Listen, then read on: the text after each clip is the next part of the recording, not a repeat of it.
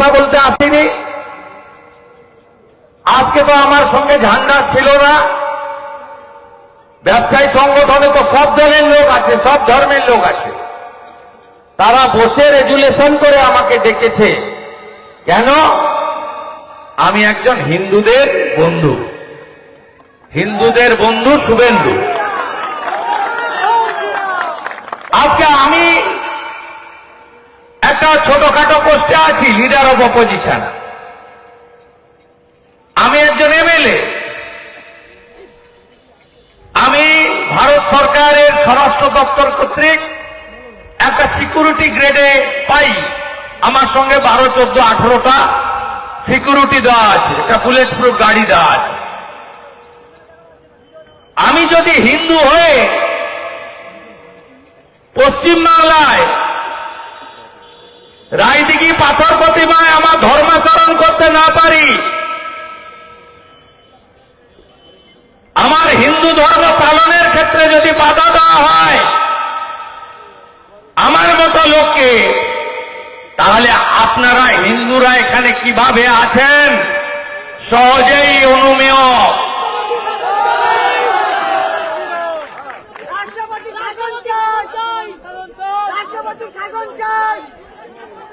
বলুন, জনগণ আওয়াজ তুলুন।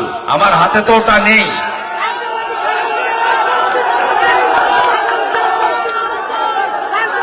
রাষ্ট্রপতি শাসন চাই।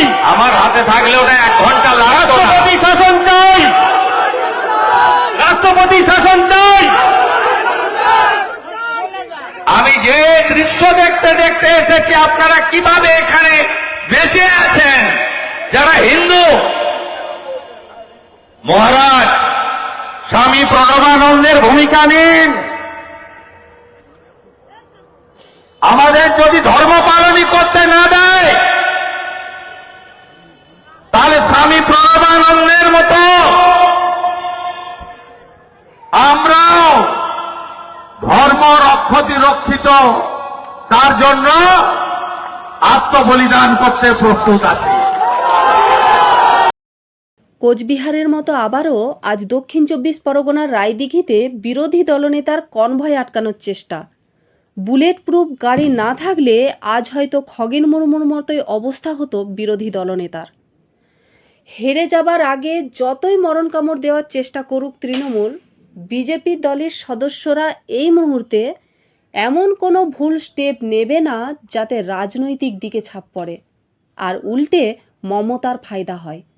কারণ বিজেপি জানে এসআইআরের পূর্বে বারবার রাস্তায় কালকেউটেদেরকে দিয়ে হামলা চালাবে এবং আক্রমণ করার চেষ্টাও করবে। মমতা এখন সব দিক দিয়ে দেউলিয়া হয়ে গেছে, তাই বিজেপির উপর যত হামলা করবে বিজেপি ততই শক্তিশালী হবে।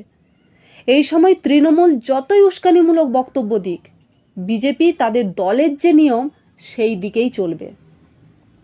এসআইআর প্রক্রিয়া শুরু হলেই দেখবেন পুরো টিএমসিরা স্ট্যাচু হয়ে যাবে, ওদের প্রাণভোমরা বেরোতে চলেছে।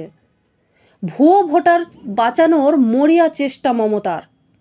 বিরোধী দলনেতাকে আজ চোর চোর বলে স্লোগান দিচ্ছে কিছু সাধারণ মানুষ। আসলে এখনো কিছু সাধারণ মানুষ আছে যারা জানে না বাংলায় আসল চোর কে। সমস্ত ভোট চুরি করে কে ক্ষমতায় টিকে থাকতে চায়, গদি হারানোর ভয় কার, কে মানুষকে ভুল বোঝাচ্ছে।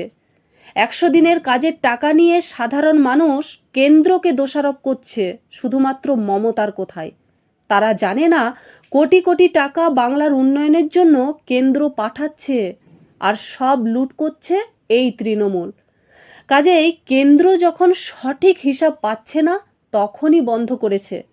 কেন্দ্র সবসময় চায় সাধারণ মানুষকে তাদের অধিকার সঠিকভাবে ফিরিয়ে দিতে, কিন্তু সাধারণ মানুষ এই সব জানে না।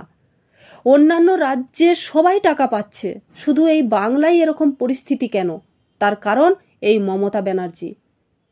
হাজার হাজার টাকার প্রকল্প দেওয়ার তো দরকার নেই, নিরাপত্তা দিন যাতে নারীরা সম্মানের সহিত বাঁচতে পারে। আর বিজেপির নেতানেত্রীরা কোথাও গেলেই তাদের উপর হামলা হবে কেন? যে যেখানে খুশি যেতে পারে, এটা তাদের গণতান্ত্রিক অধিকার।